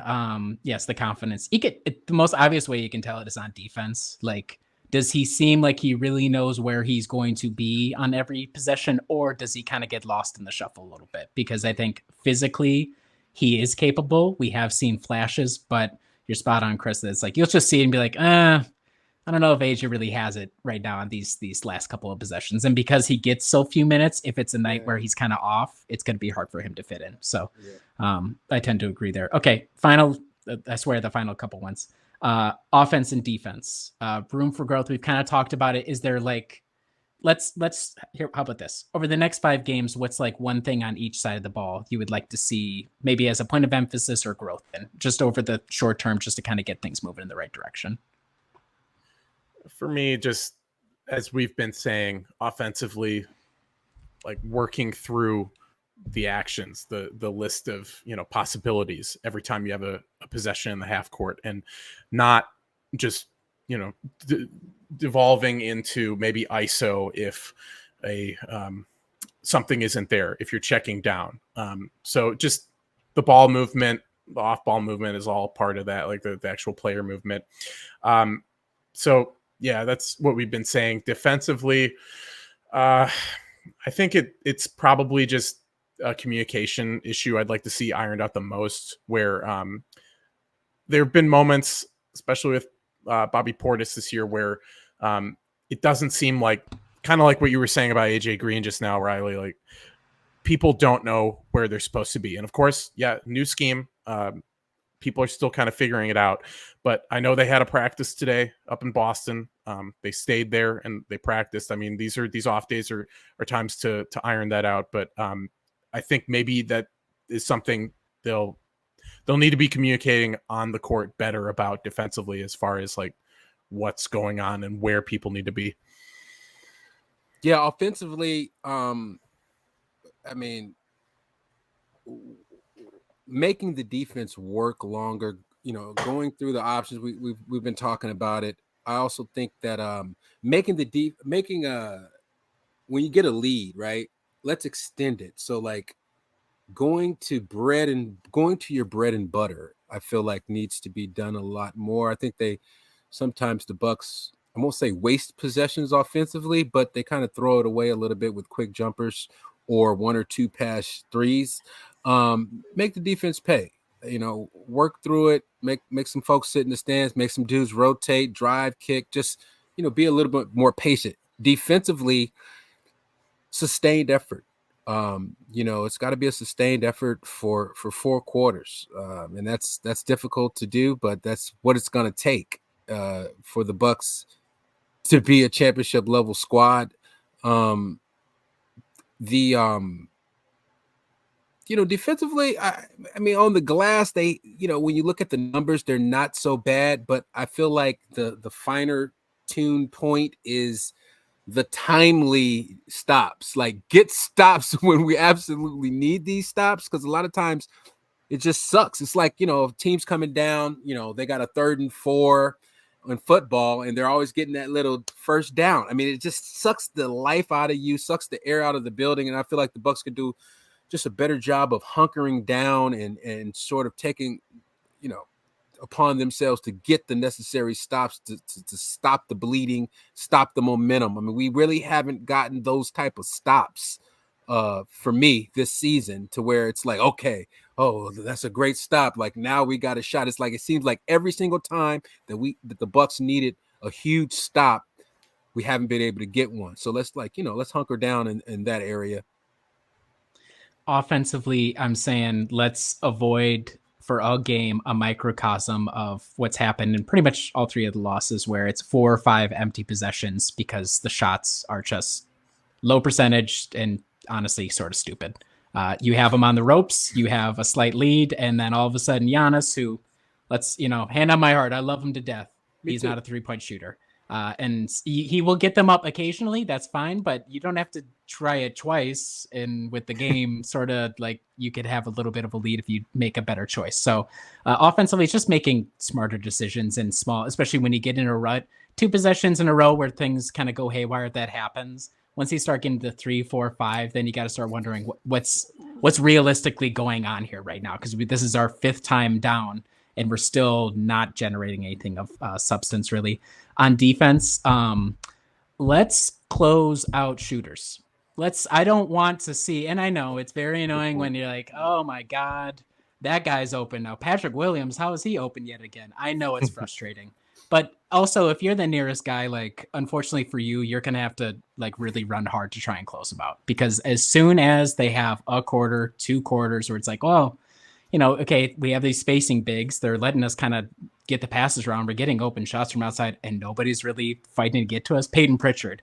Doc says I circled his name on the paper this morning, and then what happens? Nobody closes out to him, really? Like, there are numerous times where it's just wide open. And that, not to interrupt you, but that goes back to my point about like the right kind of communication that's that's filled with accountability. It's like, we got to be able to talk that stuff out, and they got to be able to adjust quicker on the fly on closeouts, to where somebody's got to be, we got to be talking. We got to be connected and understand that, if I can't get there, Brooke, Bobby, get there, whoever it is right now, as I keep saying, a step slow, a dollar short, and a day late because of just the reaction times.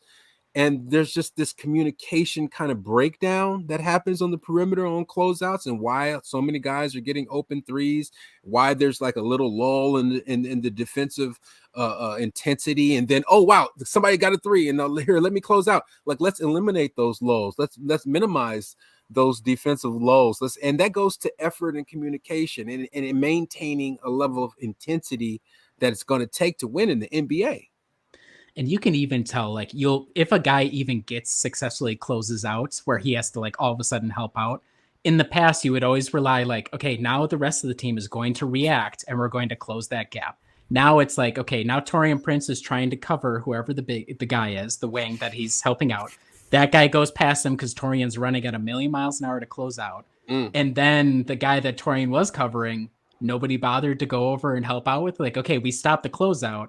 Now all of a sudden we have 3 guys in the paint. That's just a bad spot to be. But second and third efforts, second, third, fourth efforts on defense. And that's what I'm getting to. It's like, we got to get out there. Somebody's got to get out there, man. Yeah.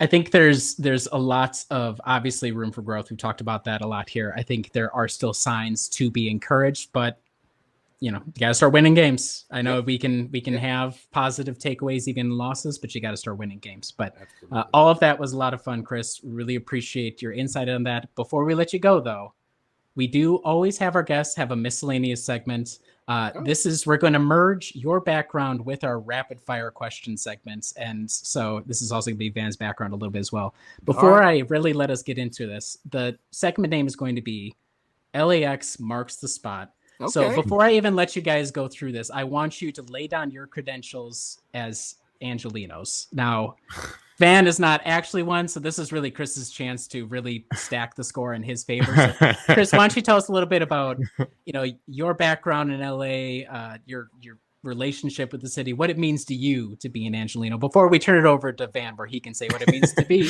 for him to be an Angeleno. To once have been sort of. Yeah, yeah, exactly. Well, I'm born and raised for the most part here, although I did do a lot of traveling. This was always home base. Just have a major legacy here in the city of Los Angeles, not just from my father, but just from my entire family. I come from a family of educators, teachers that really made a difference in a lot of young people's lives throughout the decades that I've been alive. So, I'm always running into people that either were students of my grandparents or my aunts or something like that. So we kind of have this, legendary family on a lot of levels, not just athletics out here in Los Angeles. And then I played attended 2 legendary institutions, Crenshaw High School, which I'm sure everybody's pretty familiar with Crenshaw. Won state championships there. UCLA, I went to, and a national champion there, had a tremendous career. And then all my kids were born in Los Angeles. I have 3 children, and they all graduated high school and from in LA. Well, one's a junior, but she's going to be graduating soon. But, we're LA folks. And so I still live here, still love this city. I'm not necessarily a, LA sports team guy, depending on, whatever's going on. But, I know how to get down when the time is necessary. Like the Dodgers right now, I'm all Dodgers. Okay. Don't get it twisted. But no, so that's my stuff. That's me. I'm not Mr. LA, but I do love this city and I will represent wherever I go. All right, Van, follow that up. What does being an Angeleno mean to you as somebody who was there for a little bit? I mean, I lived there for a few years. I did my master's degree at USC, which has somewhat of a, I would say, a rivalry with a little UCLA. bit. Little bit. I mean, if you're not familiar, I liked how Kris threw this is the, we say fight on. That's good. Is that what you all do there? We always go. There you go. I liked, I knew someone else who went to the university, or no, it's Arizona State. He used to say that in football, like when they would come, they would get their wallets out and like wave them around. Or we would, and I mean, listen, University of Spoiled Children, right? Or spell the S with the dollar sign. Anyway, I know so I lived in LA for a few years. I'm born and raised Wisconsin. That was really the first place I lived more extended outside of the state. And it was actually kind of tough the first year or two. I mean, I noticed a big cultural difference for me, but I really came to love it after, being out there. I would say just like a year and a half, it really started to feel like home, and it was tough to leave. I love going back there, but yeah, I was an LA dude for a little while. Of course, like back home, like here in the Midwest, like people kind of know me as an LA guy, which is weird. Like when I got back to the Midwest, people were like, "Oh, your hair's longer now. You picked up surfing," which I did. I mean, it's like, you're so LA now. Well, I mean, when you were talking about running by the lake before we came on, it kind of just made my mind. I was like, "Oh, okay, that's kind of dope." I'm a water sign, man. I'm a water sign. Nice. I love it. Well, and you can tell Van is Wisconsin born and raised because he does have a Wisconsin shirt on right now. So that's a little exclusive in La Crosse. There you go. Beautiful. Okay, so what being an Angelino means to me is nothing because I've never been further than Colorado out west. So what we're doing for this segment is a sort of rapid fire. Pretends me, a humble Midwesterner who has never been to the West Coast, is asking you guys for recommendations for when I'm visiting town. We're going to have essentially a competition to see which one of you guys comes up with the most compelling answer for me. We'll be rapid about it, but if there's controversy, I welcome you to please debate. Kris, as the visitor, we will start with you, and then we will flip-flop between who gets to answer first. But the first question here, favorite tacos in LA are at? King Taco. It's a place over way on the east side. You kind of got to venture out here. I went there once. There. Yeah. King Taco. I like their tacos. They're not for everybody, but they're authentic Mexican style tacos, and they're just good. I mean, you get them and they're not expensive. You can get a bunch. I'm a volume guy, so when I talk about food, I'm all bang for my buck, man. No, I'm serious, dude. I need a lot of food for a little bit of money. And you're going to be my favorite. And, so the flavor's cool. I mean, everything is cool. I'm not saying I eat, trash. That's not what I'm saying. But, it's decent. So I say King Taco. For me, it's Kris likes his tacos like he likes his 3-point shooting. He wants he wants that volume up. Let's get the volume up. Let's go. I feel the exact same way because, like, for me, it's a place called Reuben's, which is a truck. It's on it, and I don't really know necessarily. There are a few Reuben's trucks. I've seen them elsewhere. I don't know what the connection between all of them is, but I preferred the one that was in my neighborhood. I would park on Venice Boulevard in Palms, and it'd be there from 6 p.m. to 3 a.m. And authentic Mexican street tacos, like you were saying. Like, I just want the meat. I want the onions, I want the cilantro, and I want the hot sauce, and I want some lime on it, maybe some onion on the side. But yes, I am the same way as the value. I would come home late at night sometimes, and I could get like 6 tacos for $10. That's what's awesome, up, man. That's what's up, awesome. Dude. So Reuben's, specifically the one on Venice Boulevard. All right, Van, this next one to you first. Favorite pizza in LA is at? So it took me a while because, LA is not really as known as a pizza place. I was going to say, what's LA style pizza like? You've got like the California style of pizza, which, California Pizza Kitchen is probably the one that people are familiar with the most, that chain. But for me, I would imagine I could see any of the Johnson family at this place. Pizzeria Mazza, which is up in, I think it's Miracle Mile. I forget if it's on, is it on Wilshire or is it on Beverly Boulevard? I forget. It's around there, but outstanding pizza, kind of in Neapolitan style. I know it's got some really great national reviews, but I'm curious to hear what Kris says about this as a guy who's out there longer. Well, so my pizza thing, like, I used to think that the pizza that there's a place called La Monica's. It's in Westwood, so it's supposed to be like New York style pizza or whatever. But then I went to New York. And I had like the dollar slices. Yeah, I had real pizza, and like at the end they give you a drink.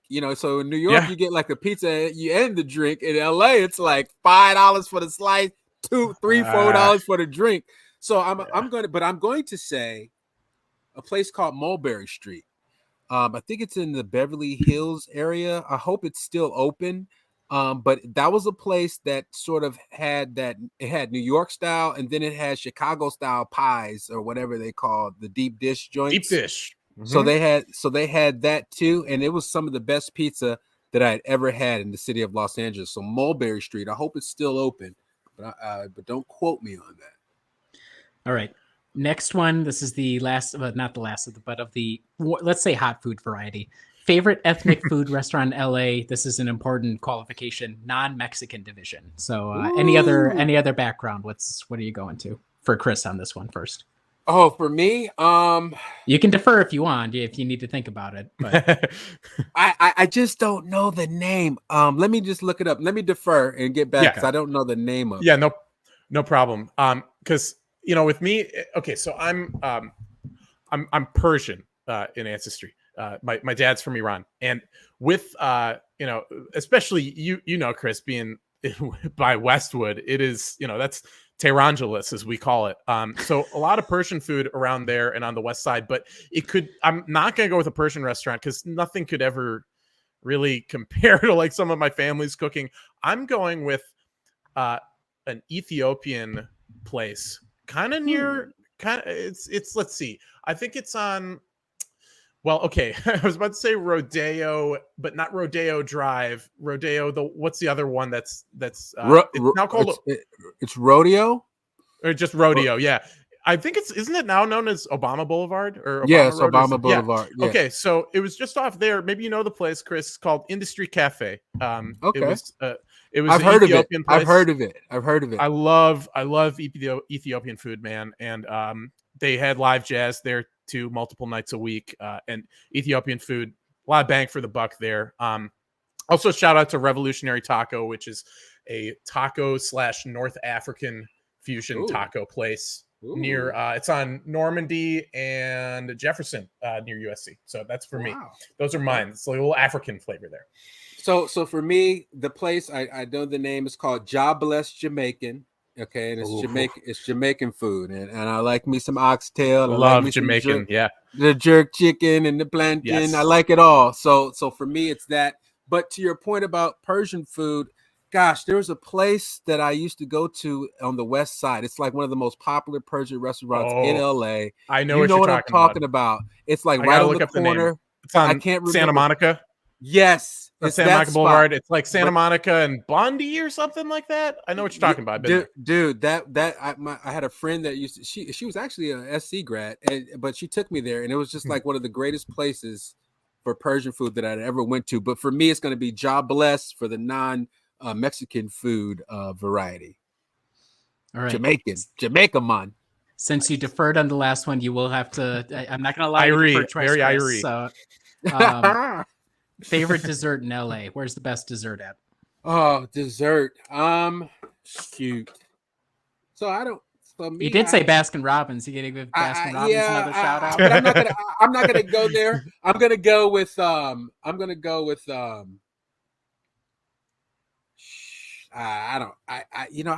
don't do desserts. Like I do ice cream sandwiches and like butter pecan at the store. We call him man of the people. Kris Johnson is what he is. Yeah, are you a Culver's? Are you a Culver's man when you're out in this part of the country? Believe it or not, I've never had Culver's. I've never had Culver's. This has been a great podcast, Kris. We're really glad we had you on. And we'll talk to you again soon.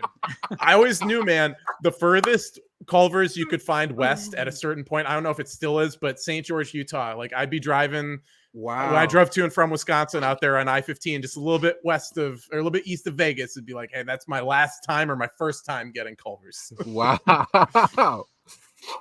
So there you go. So if it's my turn now, I am gonna go back to the Persian division, and I'm also going to Westwood. So maybe I hope you at least know it. Saffron Rose on Westwood Boulevard. That is a Persian style gelato place. Oh, it's if you like gelato, it's got the typical kind of gelato you would get where it's like kind of frozen. You get a little sorbet and stuff in there, but you putting the saffron in there, you putting the rose water in there. It's all made with rose water, I think. So saffron and rose on. Wow. It's just south of campus. It's Westwood and I think Rochester Avenue. So there you go. I'm familiar. Okay, wow. I've never been in that place, but I know that area. I know that area. That area is heavy over there. Yeah, for sure. Yeah, check it out, man. It's good stuff. You can just take it, walk around with it. You'll love it. Next category, best bar or gate spot if you're in the mood for love in LA is at where, Van? Wow. I'm also staying on up to wow. That was such a gratuitous wow. Yeah, go ahead wherever you want with that. I'm also staying on the west side for this. It is a place on Pico called the Wellsburn. It is it's between Westwood and Overland Avenue I'm looking at now, but really nice cocktail joint, great ambiance in there, nice and big. I remember having some really I would take dates there. I had some good dates there, but I remember having some outstanding they called it the East Cider, but it's basically I think it's a variation on a normal cocktail where it's like my favorite stuff. It's like lime juice, gin, ginger beer. I love that place. The Wellsburn on Pico. Nice. So yeah, for me, I mean, it's been so long since I've had a date. I've had a date night. But in LA, date nights are sort of like date days that turn into night. Mm-hmm. And so, you got to start off with next day, Yeah, absolutely. Hey, if you're lucky, but you got to start off with a nice, workout, scenic type of situation. So for that, you can go for a hike anywhere from like a Runyon Canyon, Topanga, Runyon, Topanga. Or even a Temescal Canyon as well by Palisades is always a nice time to kind of start it off, get the workout in, or the Culver City Stairs. Lunch would be somewhere for me. I would try to find like a California Fish Grill because I like eating healthy after the workout. So there's one kind of in the Culver City area that I might go, and then kind of midday, kind of pregame a little bit if that's what you do. I don't drink anymore, believe it or not. 2 years sober, but when I did, I knew every spot to go pregame to in Los Angeles, and so for me, I would go probably Santa Monica. I like Santa Monica, Viceroy to Huntley, just kind of going there when not a lot of folks are there. Sneak in, chill, quiet ambiance, have a good conversation. Get plastered in the day and start Ubering and figure out where the night's going to take you. For the night part of the date day, I would probably try to do something in the Venice area. Venice has these canals. Have you ever been to the Venice canals, Van? That area over there. So that's like, and then it's right off of like Abbot Kinney there, that's exactly. So I would do the Abbot Kinney. A lot of nice places there. I would do the whole Abbot Kinney run. We're hanging out in that little area the whole day, all through the night. You can't go wrong with that. I suggest that people, when you come to LA, try to hang out there because it's just a nice vibe. I mean, it's kind of I won't say artsy, but it's just, I don't know what the word for that, how to explain that area, Van. But it's just cool. It's cool. It's by the beach. There's a ton of good sushi spots. There's a ton of good Thai or whatever type of food that you want to find. It's over there. And then kind of to chill and, go for a nice little walk by the water. You hit the canals, the Venice canals, and you can have like a little romantic situation under the moonlight, if that's your thing. Man, folks, what a day. How are you not like this? Who could say no to that? Who could say no to that? I'm saying they call him Cupid for a reason. Kris Johnson. His nickname is Cupid. All right, next one. Favorite LA County beach. Kris, we go to you first on this one. Favorite. So favorite for me, probably just because of the times I've been there, it's just the water was just like the best quality of water in LA. It was like Zuma Beach, which is like a little north of Malibu. So it's north, but it's called Zuma. And Zuma for me was, it's live. Because I like boogie boarding and I like being able to get into the water and enjoy the water and kind of, go through that whole thing. So for me, it would probably be Zuma Beach. I'm throwing a little bit of a curveball here because it's not one of my surf spots. Okay. And a lot of my surf spots were like South Bay and then down to Orange County, and those were also maybe the beach places to hang, like if I wanted to go in the water. But I am going with, this will probably surprise you, Dockweiler State Park, which is, for those unfamiliar, it is directly west of LAX, like between the thresholds of the runway in LAX. You got the PCH, Pacific Coast Highway, running right in between, and then you got the Pacific Ocean. On that beach, that's one of the only beaches you can have fires on. There are fire pits there. Facts. And I had a lot of fun there with friends. My roommate, who is actually a UCLA grad student, we would just go there for each other's birthdays. And when I brought when people were visiting me in town and family, I'd just be like, let's just go have a fire there. And like, I think it's kind of cool seeing like giant jumbo jets taking off right above your head. It's like, oh look, there's a 747 and there's like an A380 that's going to Dubai or something like that. I thought that was pretty cool. So Dockweiler, definitely but unique. not for the water. Yeah, it's unique for sure. Yeah, definitely unique. All right, this next one means nothing to me because I don't even understand it. So, favorite movie set in LA? I thought there was just one. There's multiple, and what do you mean? Oh, dude, can you visit them? I don't Oh no, understand. I'm not talking about a movie set like Paramount Pictures. I'm talking about a movie that is based in LA. Yeah. Okay. Well, that makes a lot more sense. Dude, than I'm trying to fact that. Yeah, I should have specified that. I have no idea. Okay. No. I'm not hanging out with the stars or anything when I'm out there. So my favorite movie that's actually set in LA. There are a lot of great movies set in LA, legendary movies like Falling Down, Chinatown. One of my personal favorites, also The Big Lebowski, but my all-time favorite is definitely Michael Mann's Heat. It is that's my favorite, man. Hell yes! Hell yes! Let me tell you why. He knows. KJ knows. Yes. Let's talk about it. Let's talk about it. Well, he because it was such a big deal when the actual incident really happened in real life. Yeah, the bank heist. The bank heist. Yeah, so in the valley. It was a real bank heist that went down in the valley, and they showed it out here on TV.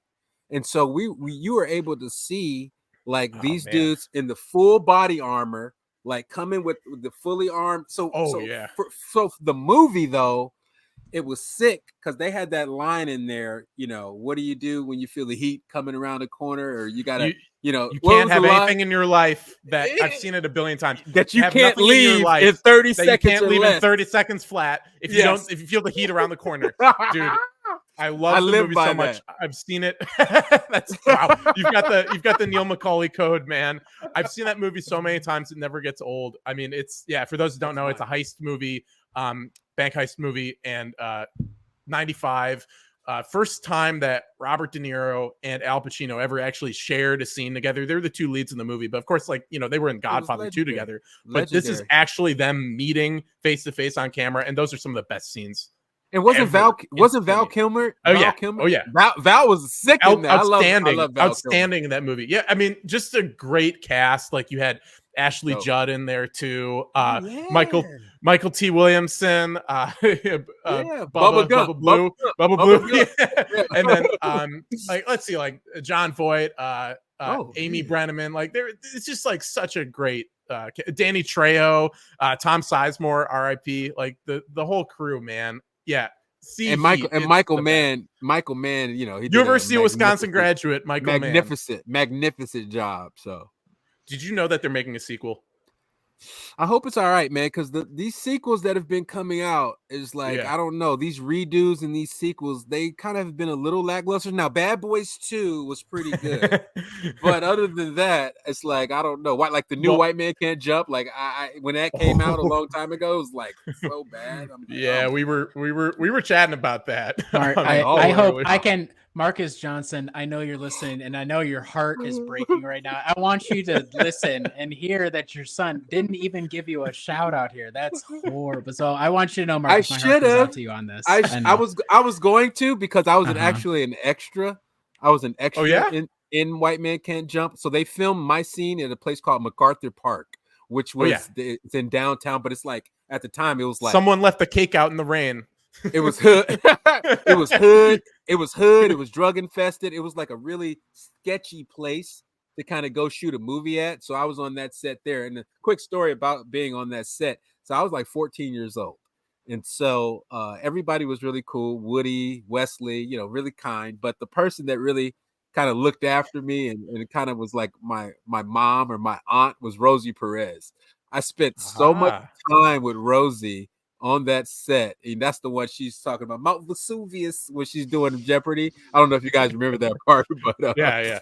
But anyway, Rosie was dope, and so that I that's unforgettable. But I love the movie Heat so much that it just goes down. I'll be honest with you guys. I didn't really like my dad's part in White Man Can't Jump. I'm gonna be honest because it was so out of character. And then, no, dude, he really was acting. And it was just like, I went to school after the movie came out. I'll go to school the next day and people are like, they thought I was like a, tough, everybody was associating my whole character or who I was with my dad being this dude in the movie. I'm like, nah, bruh, we not really like that.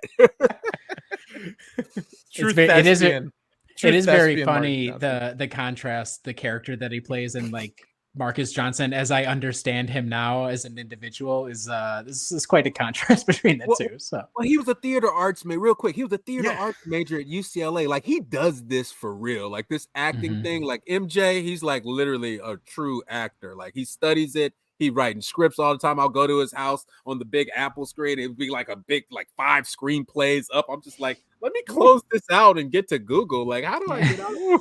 But that's MJ though. Always creating. Yeah, that's awesome. Okay, next one. Favorite neighborhood in LA. Kris, this will be you first for this one. Well, I got to go with my neighborhood, which is View Park / Windsor Hills. They used to call it, it's been called the Black Beverly Hills because it's one of the most, just affluent areas. It's just nice. It gives you a nice mixture of people. There's a lot of diversity here. And then we're really close to pretty much everything in LA. Get to the airport in 15, Beverly Hills in 20 minutes, Valley, South, East, West, it doesn't matter. Great people over here too, really salt of the earth type of people. And it's like where my family kind of has all of our roots, like every. Okay, cool. Yeah, for me, it's Palms, which is not too far away from where Kris is. It's right across Venice Boulevard from downtown Culver City, which is a very nice spot to hang out. But Palms actually in LA, a little bit cheaper, but also a lot of great places to hang out there. I mean, there's some nice little bars, restaurants, and coffee shops. Really great public transit access there. You can take I don't know what it's called now, but we called it the Expo line when I was living there. They've changed some of the nomenclature out there on it, but easy 20 to 30 minute ride down towards like USC and downtown. And then you can go the other way, same amount of time, get to Santa Monica Beach. So yeah, Palms, not too, just on the west side of LA, not too far away from where we were just talking about with Kris. Yeah, big UCLA community. Sorry, yes. Big UCLA community. Palms. I must have been the only Trojan over there. Like I said, my roommate was another grad student by UCLA. Yeah. So yeah, you'll find your infiltrators over there. That was the enemy lines. Yes. All right, true rapid fire here. Best hole in the wall is. Mine is a place called La Barca right by USC. It's a Mexican place, but just really cheap margaritas and micheladas. I would go there a lot. Like they had a long happy hour, but a total greasy spoon type place that, you just get giant burritos and have like pretty strong margaritas for like $3 or $4. God, there's a place in San Pedro. I used to go down there. I can't remember the name. I think it's like Mother's Kitchen or Mother's something, but it's like really cool hole in the wall right in the heart of San Pedro. It's like a really gnarly kind of collection of cast of characters that frequent that type of spot. But cheap beers, cheap whiskey, cheap everything. You leave out of there just like on cloud nine. So that's my spot. All right, Kris, best LA sports venue is. And you can be biased in this if you like. I would understand. Well, I like Pauley Pavilion. But I like the Staples Center. I'm gonna be honest. For me personally, I like the Staples Center. I have a lot of history there as far as going to a lot of the games when the Lakers they won 3 in a row in the early 2000s. I was like, a part of that. So I was going to games. I was all up in the building. I sat courtside next to Denzel Washington and Salma Hayek one time. So I was just like, it's like one of the most so I can never really beat that experience. Although Pauley Pavilion is a close second, I gotta say the Staples Center. I'm going with Dodger Stadium. I'm not like, I'm not a Dodgers fan or anything, but I just was very taken by just that vista you get in the outfield with Chavez Ravine there, man. It's like one of the coolest places to watch a ball game, especially when the sun is setting. You've got such a nice spectrum of colors going left to right. And I like how when you enter, since it's in a ravine there, you enter at the top. Like when you're sitting in the cheap seats up in the nosebleeds, like you don't have to walk up and then back down to your seats. You're walking in right at the top of the stadium. You just walk down a little bit and you've got just such a beautiful view. It's just a wonderful place to watch a ball game. Final question for the both of you. Very Best LA music venue. I'll wrap mine up. I'm going to go with a place I have played at. I mean, there are a lot of great venues, but, I studied music when I was in school and got to play at Walt Disney Hall. And that's just a wonderful, Frank Gehry designed venue built, I think it opened in 2003, but home of the LA Philharmonic. But I got a chance to play in there a couple times and like just being in one of the most like beautiful and acoustically wonderful concert halls in the country. Just so cool. Kris, your rebuttal. Yeah, for me, I gotta say because of You're good. We got you. I think. I have to say for me, because I saw this guy. Can you hear me? Yep. Yes. I saw a guy named Yo-Yo Ma. You guys know who Yo-Yo Ma is? Mm-hmm. Oh yes, I've heard of him. He's a I forgot what Cellist. he plays, but I saw He's a him at the cellist. Wadsworth. I forgot, but I saw him at the Wadsworth Theater. So they had like when I was in college, which is by UCLA. So for me, that experience, because it was so unique, they had like cheap tickets for students. So I was able to see him perform in person. They had a concert series there. So I just was blown away by that. I also saw a band called Fish at Pauley Pavilion. You guys heard of Fish? Mm-hmm. You guys heard of them? Oh yes. Mhm. Oh yes. So I saw Fish. Hey, I saw Fish at Pauley Pavilion, and then last one And at the Yo-Yo Hollywood Ma. Bowl. At the Hollywood Bowl, I saw Ziggy Marley. Bob Marley's son. Oh, I've seen Ziggy Marley. He's a good time, man. I love Ziggy Marley. I saw him at the Hollywood Bowl. So those are it was more than one venue. I apologize, but those are my three top venues in LA. Awesome. Well, this has been a lot of fun, Kris. We really appreciate your time. Before I let you go, I will give you a chance to plug where people can find you, where you would like them to follow, where they can find your work. Yes, we are Here District Podcast on Bucks Plus Audio. You can find us on, Apple, Spotify, Amazon, wherever you get your podcasts. You can also access the podcast actually on NBA.com. If you go to the Milwaukee Bucks, you'll find us on the page. You can listen to all the episodes actually on the page, or just download the podcast, or watch our video interviews of the podcast on the Milwaukee Bucks YouTube channel. So we're live on the Milwaukee Bucks YouTube. They upload our stuff, so you can find them. It's really been a joy and a lot of fun hanging out with you guys, man. Brewhoop, I've known about you guys for a while, and I really do consider this being with some legends because I followed you guys. I know what time it is, so I appreciate you guys having me on, man. Thank you for the opportunity. Man, thank you so much for joining us, Kris. It's so cool chatting with you, chopping it up with you, man. Like, and the Heat thing, man, that's great. That's just so great. I can't get over that. That's dope, This is Grace. Yeah, we'll connect again down the line, hopefully, Kris. For those listening at home, subscribe. You can follow us on YouTube. As with Here District, we're also on all your different podcast platforms and over on brewhoop.com. Pre-game coverage, during game coverage, post-game coverage, extended and rapid, Monday morning media roundup, weekly Wednesday wrap-up, and so much more besides. We thank you so much for listening, and we will talk again very soon.